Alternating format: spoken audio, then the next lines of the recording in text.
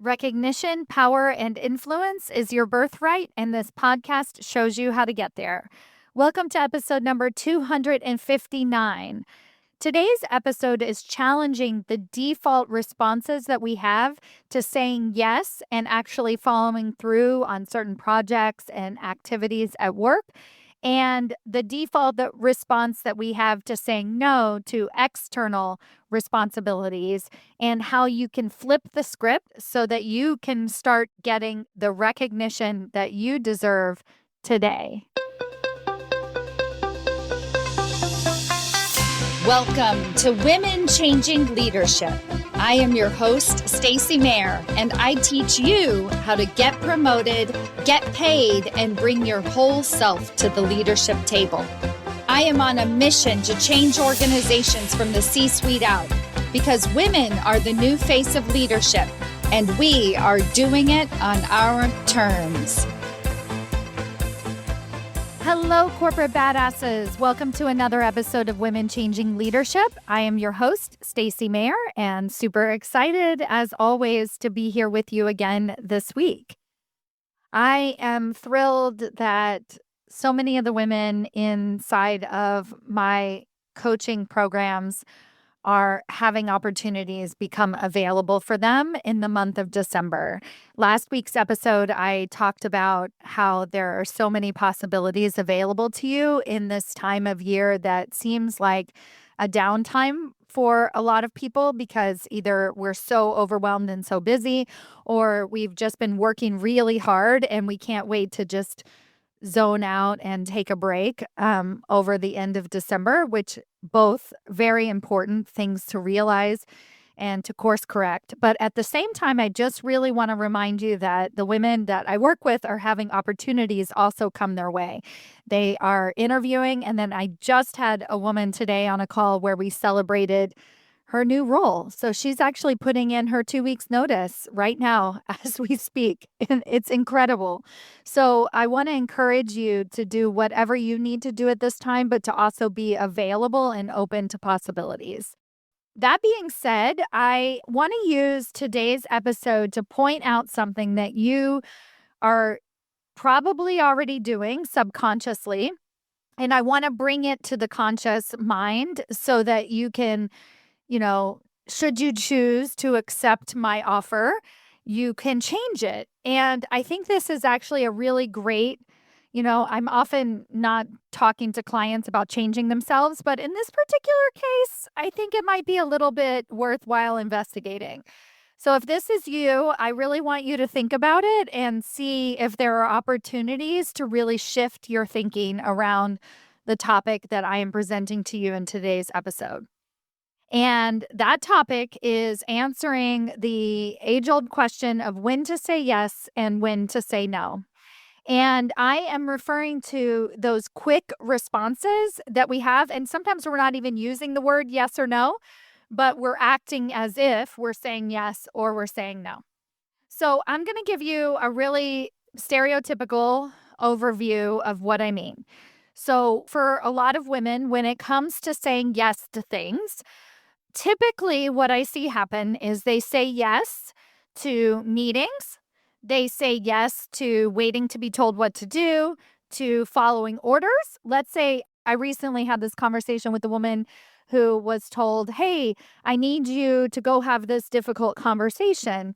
And of course, I don't even know if she used the word yes. She just went and did it. And so oftentimes, that is what we are doing as women. If our boss tells us to do something, we go and do it. If we're told to attend a meeting, we do it. If we're told to go pick up the coffee at lunch, even if it annoys us, right? We still go and do it. Actually, those things we may have figured out how to say no to, but in general, I'm really talking about all of those subtle day-to-day activities that we just take for granted as a leader that we are just supposed to do. So those are the things that we're typically saying yes to. Stereotypically speaking, the things that we're saying no to right now, like subconsciously or literally, are opportunities externally, like saying no to an interview. And what does that mean? It means some recruiter reaches out to you randomly on LinkedIn and you see it and you're like, oh, I don't even know. I wasn't even thinking about applying. I don't know if this is a good opportunity or not. I need to explore it. Let me think about it. So that's an example of saying no first. You're leading with the no, even if it's not the literal, like I haven't told them no yet, but you're leading, like in your thinking, you're thinking negatively. You're leading with the no, and then you're trying to convince yourself that it might be a good opportunity. Another thing that we're saying no to are like speaking engagements or panel discussions or, saying yes to a promotion sometimes, right? We don't want to raise our hand. So we really want to think about it. We want to inquire about it. We want to find all of the ins and outs. If that's the response that you're having, you're essentially saying no first. And then you want to be proven that it should be a yes. I hope you're following me here. This makes so much sense to me. So if you're not following me, maybe give it another try and listen to this podcast episode again. Hopefully this sinks in because I think it's super, super important for you to remember and to also identify what your default response is. So if you are somebody who at work, you typically just do what you're told, then you are a yes person at work, but you might be a no person to external career opportunities, right? Or even internal career opportunities, or even the opportunity to raise your hand. Like if you're that person who slightly hesitates and then investigates and wants to be proven yes, then that means that you are a no when it comes to your own career development. You are a no person first. All right. Now, let me describe to you, again, on a very stereotypical basis, a certain type of leader that is just the opposite of you. And actually, I was just talking to a client about this because she was laughing so hard because I was like, why are you attending these meetings? So she knew that she wasn't supposed to attend these meetings, but what she was asking me for advice on was how to convince her boss that she should not attend these meetings. So what that says to me is that she's a yes first, like as in I have to go to this meeting. And in order to get out of the meeting, I have to convince my boss that I can be a no, right? So she's a yes person. And then she has to convince her boss that she should not attend these meetings. Now, if you're a no person, if you are a no person at work, this is what that looks like. It means your default response is no until proven yes. Okay, so in her particular case, I described it as this. I said, let's imagine another leader who is a no person. So they're invited to meetings on a regular basis, but they're a no person. So they basically, in their head, whether they actually say no or not, they're thinking, I don't attend any meetings unless I really have to, right? So that's a no person first. And then, of course, if you convince me that I need to attend, I will attend. She busted out laughing. She was like, this is my boss. She's like, that's exactly. He actually uses the words no. He doesn't attend any meetings at all unless you make him come. Okay. So that's in the most literal way. And again, we're doing these in subtle ways. We're not literally saying yes all the time and not literally saying no all the time, but there is a default response that you have. And I want you to identify what that default response is. So when I gave her this example and I said, hey, what if you were a no first person and then they had to prove to you that you needed to attend that meeting? And she was like, laughing because she doesn't particularly admire her boss's approach of telling everybody no all the time. But we decided that what that would look like is, hey, I don't think I should attend this meeting, but if you think I should come every now and then, let me know. So that's an example of being that no first person without just saying the words, nope, not going to go. But you can still have that default. You can switch that wiring in your brain that goes to, hey, I only attend meetings when it's really, really necessary, right? So then you just talk to your boss and you say something like, I don't think it makes sense for me to come to this meeting. And if you think every now and then that I should, please let me know, right? So that's a no first approach. The yes first approach, I'll remind you again, is, oh, I have to go to this meeting, but I want to convince my boss not to, right? That's the yes first approach.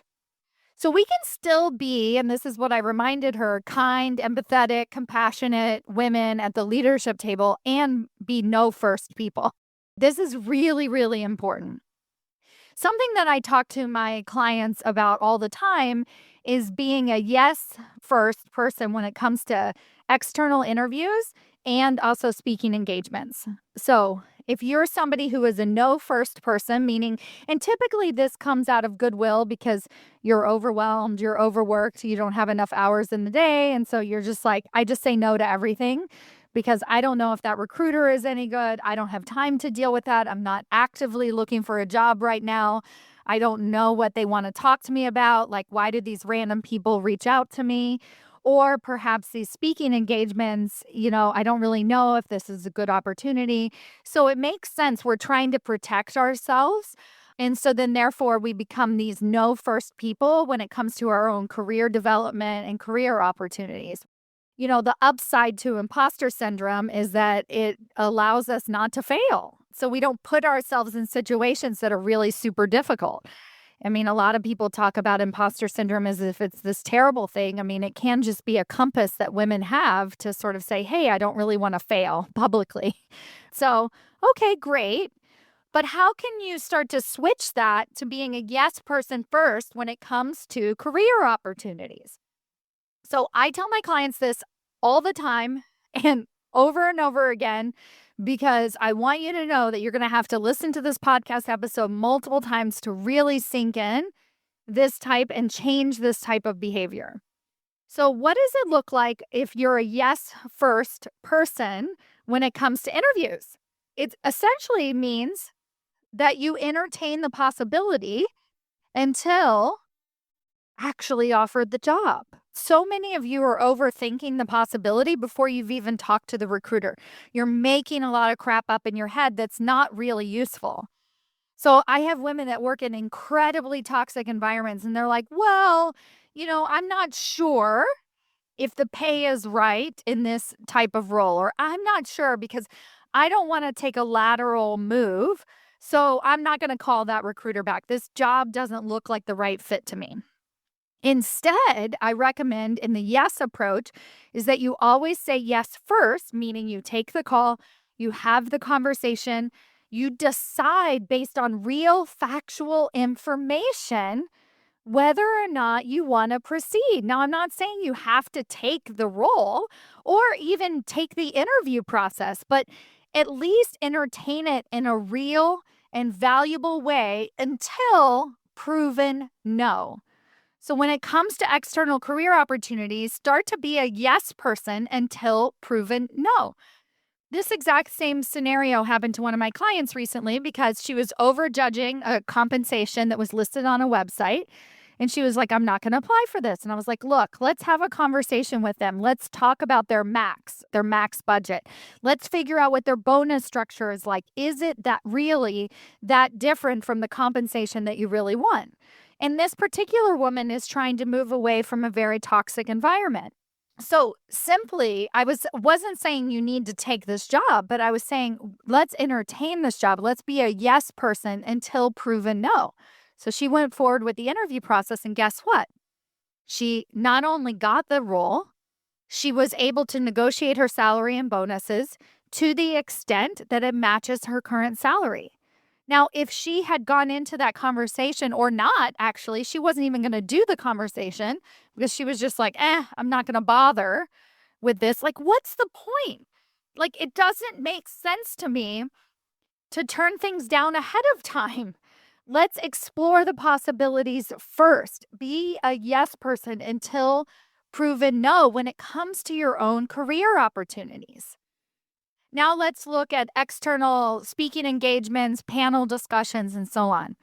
So many women overthink this as being like, but I don't know what I'm going to talk about, or I don't know what I would say, or, I get reached out to be interviewed on podcasts and I'm not really ready yet. So maybe some of that is the imposter syndrome.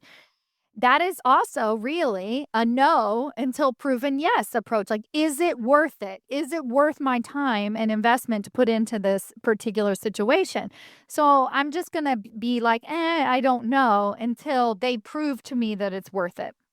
Instead, I recommend being a yes person. So somebody reaches out to you for a speaking engagement. Let's say you don't know if your company will approve it or not. Like, you can't do external speaking engagements. So instead of being that no person, you say yes to them. You figure out what the speaking engagement is, if you want to do it or not. I'm not saying you have to do it.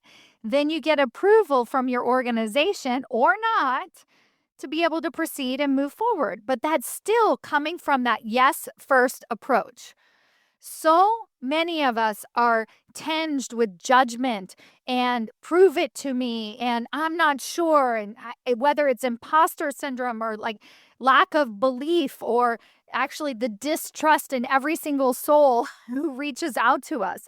But instead, if we trust ourselves to be able to go through the process and make a executive level decision on whether or not we want to do something, like take the role or use this particular opportunity that could very well benefit us, then we are opening up the door to so many incredible things that we didn't even know were possible. So in today's episode, I really want you to evaluate and think for yourself, like even in these next few weeks, in what areas am I by default an automatic yes, especially like when it comes to work? What are the things that I just automatically default and do without even thinking about it? And what are the areas where I'm an automatic no, meaning like, oh, I don't have time for that. I'm not sure. I'd have to understand more about that project first. And see if perhaps taking the opposite approach might benefit you. That is my offer to you today. And I guarantee that even just starting to think about this and breaking open our habitual ways of thinking and responding to different situations is going to open up new and better opportunities for you. Thank you all so, so much for listening, and I'll see you next week. Bye.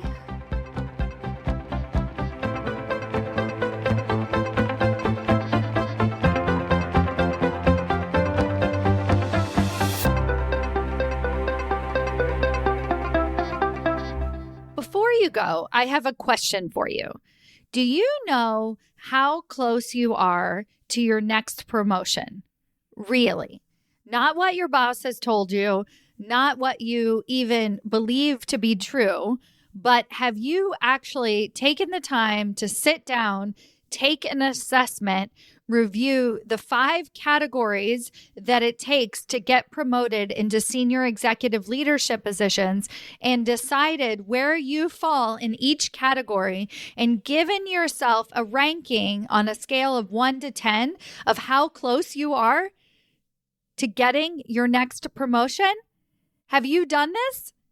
Well, now's your chance. If that feels interesting to you and you're like, hey, I want to know exactly how close I might actually be, or how far away you might be, and what it's going to take to get you even closer, then I invite you to take my promotability quiz. This is a quiz that I put together with practical tips that actually tell you where you're lacking and where you're winning. What are the areas that you actually need to improve, and not necessarily what your boss is telling you all the time, so that you can take concrete steps towards landing that next promotion and changing the face of the leadership table. Go to yourpromotabilityscore.com to take your free assessment today.